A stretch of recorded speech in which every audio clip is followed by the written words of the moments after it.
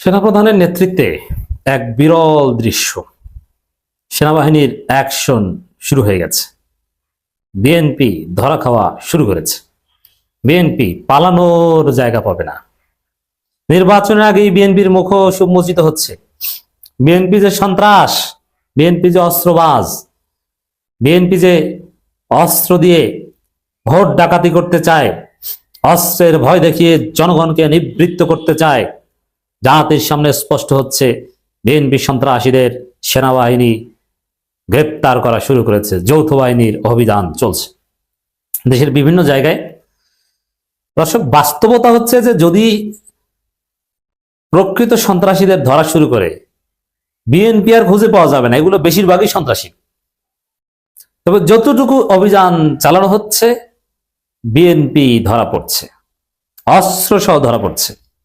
দর্শক প্রথমে সেনাপ্রধানের একটা নির্দেশনার কথা বলি। সেনাপ্রধান জরুরি ভিত্তিতে নির্দেশনা দিয়েছে পুরো সেনাবাহিনীকে যে নিরপেক্ষভাবে দায়িত্ব পালন করতে হবে। এবং আমরা বিশ্বাস করি সেনাবাহিনীর কিছু অফিসার ভারতপন্থী হলো জুনিয়র অফিসাররা যারা মাঠে দায়িত্ব পালন করবেন, এরা নিরপেক্ষ, এদের মধ্যে পেশাদারিত্ব আছে।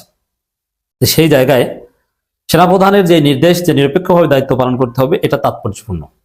কিন্তু সেনাবাহিনীকে উল্টাপাল্টা বা ভিতর থেকে তথ্য লিক করা, কচুকাতি সাংবাদিককে তথ্য দেওয়া, এগুলো কিছু দুষ্কৃতিকারী কর্মকর্তা করে। কিন্তু ওভারঅল মাঠে যারা কাজ করে তারা কিন্তু পেশাদার।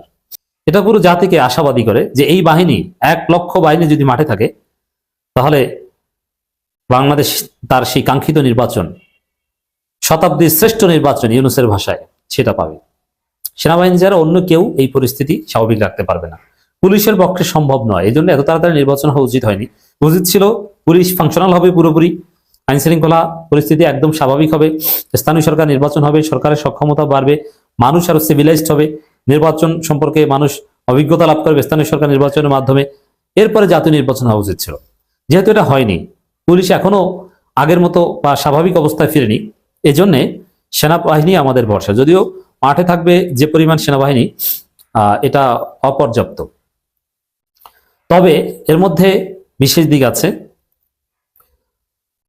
1,00,000 সেনা সদস্য মোতায়েন থাকবে। প্রথমবারের মতো ভোট কেন্দ্রের আঙিনে পর্যন্ত টহল দেবে সেনাবাহিনী। এর মানে একদম ভোট কেন্দ্রের আঙিনে পর্যন্ত থাকবে। রিজার্ভ ফোর্স হিসেবে দূরে থাকবে। 18 সালের মতো বিষয়টা ওরকম নয়। তারা ভোট কেন্দ্রের আঙিনে পর্যন্ত থাকবে। এতেই মানুষ উজ্জীবিত হবে, মানুষ সাহস পাবে। সেনাবাহিনী ভোট কেন্দ্রের আঙিনে পর্যন্ত টহলে থাকলেই অপরাধীরা ভয় পাবে, ভোট চোরেরা ভয় পাবে, ভোট ডাকাতরা ভয় এটা করতে পারবে না। কারণ ভেতর থেকে খবর পেলেই তো তারা দৌড়ে আসবে। দৌড়ে যে ভোট চুরি করতে চাইবে বিএনপি, তার পাছা লাল করে দিবে। একটা বিষয় স্পষ্ট মনে রাখবেন যে বিএনপি ছাড়া কেউ ভোট চুরি করতে চাইবে না। একমাত্র বিএনপি সম্ভাব্য ভোট চোর, ভোট ডাকাত। অন্য কারণে কোনো টেনশন বা উদ্বেগের কারণ নেই। দর্শক, আসন্ন জাতীয় সংসদ নির্বাচন সুষ্ঠু ও নির্বিঘ্ন পরিবেশ নিশ্চিত করতে 1,00,000 সেনা সদস্য মোতায়েন করা হয়েছে। এটা সেনা সদর জানিয়েছে। আগে নির্বাচনে যেখানে সর্বোচ্চ 40-42 হাজার সদস্য স্ট্রাইকিং ফোর্স হিসাবে, স্ট্রাইকিং ফোর্স কিন্তু সাধারণত দূরবর্তী এলাকায় অবস্থান করতেন, কিন্তু এবার this is first time vote কেন্দ্রে আঙিনে পর্যন্ত টহলের অনুমতি তারা পেয়েছেন। এটা এক্সেপশনাল। এই জন্যই আমরা বলি যে এবারের নির্বাচন আশা করি যে শতাব্দীর শ্রেষ্ঠ নির্বাচন হবে। তবে বিএনপি পরিবেশ নষ্ট করছে এবং সিভিল অ্যাডমিনের একটা অংশ বিএনপির পক্ষে কাজ করছে। কিন্তু সব ছাপিয়ে সেনাবাহিনীর দৃঢ়তায় আমরা বিশ্বাস করতে চাই একটা সুষ্ঠু নির্বাচন হবে। দর্শক, এবার আসেন, সেনাবাহিনীর অ্যাকশন কিন্তু শুরু হয়ে গেছে।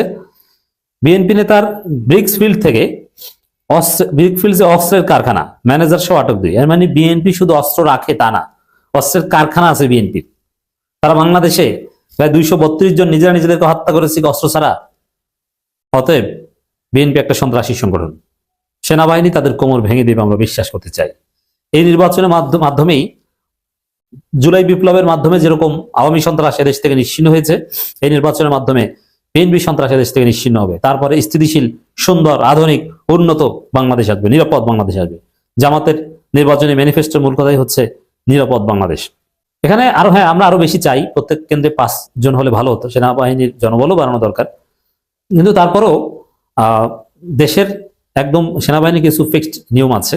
একটা নির্দিষ্ট সংখ্যক সেনাবাহিনী তাদের ক্যান্টনমেন্টের ভিতরে বা বিভিন্ন জায়গায় ডিপ্লয়মেন্ট অবস্থায় সবসময় রাখতে হয়। কারণ কোন সময় কি অঘটন ঘটে যায় বলা যায় না। সেনাবাহিনী একটা রুলসের মধ্যেই চলতে হয়। তিনি বলেন যে কারণে আমরা চেষ্টা করছি আমাদের যে প্রয়োজনীয় যানবাহন অপ্রতুল আমরা অসামরিক প্রশাসনের কাছে সাহায্য চেয়েছি যেন তারা রিকুইজিশন করে আমাদের গাড়ি দেয়, সেটাও এখনো দিতে পারছে না। ওভারঅল ত্রুটি বিচ্যুতি আছে। আমরা গাড়ি হায়ার করে হলে সেনা সদস্যরা যাতে টহল দিতে পারে সেই ব্যবস্থা করা হচ্ছে। সেনা সদস্যরা প্রস্তুত এটার জন্য অক্লান্ত পরিশ্রম করছেন, দিন রাত টহল পরিচালনা করছেন শুধু ভোটারদের আস্থার জায়গাটা ফিরে আনার জন্য। এগুলো সব সুখবর, এগুলো বিএনপির জন্য কান্নার খবর, কারণ বিএনপি চায় ভোট চুরি করতে।